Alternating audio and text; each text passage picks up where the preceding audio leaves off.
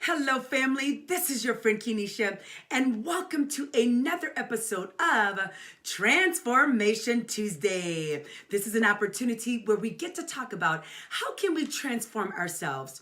Remember, the word transform means to make a thorough or dramatic change in character, form, or appearance. And we broke that down to trans, which is taking real people and navigating towards success. And form is forcing ourselves into radical metamorphosis or focusing on the right mindset. So last week we talked about, oh my gosh, how to stay in the positive lane in traffic. And how many of you like to be in traffic, in congestion, whether in the air if you're taxiing or on land? Any hands out there? Any hands? Okay. That's exactly what I thought. So I want to move on. And as we're talking about stuff, I think of this word hellish. Yes, I said hellish.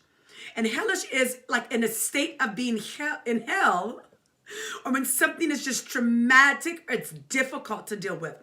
So then I thought about Gordon Ramsay's with Hell's Kitchen.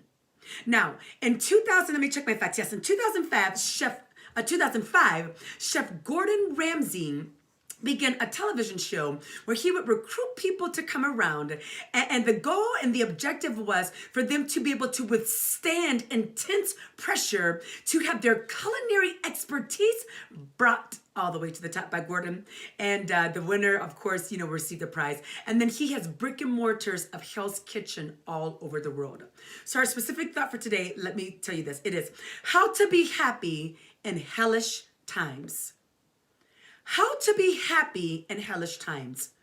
We are going through a pandemic, racial crises, political unrest, and we have to make a decision, family, on how are we going to make a decision to get through these times that are very filled with lots of turbulence and troubles.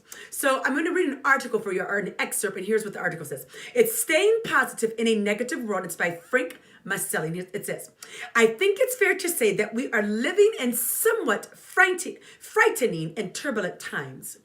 The seemingly constant barrage of bad news can feel overwhelming. You've got the big picture, stuff like Islamic terror, climate change, and mass shootings.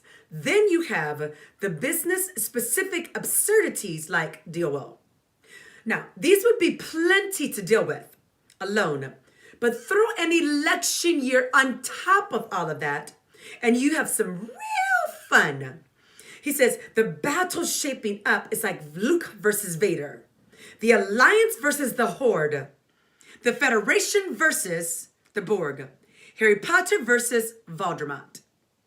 It's possible that over the next few months, the tone of our national conversation will turn so sour and rancorous that we may find ourselves wondering if we're seeing the end of America as we know it. We are in trying times.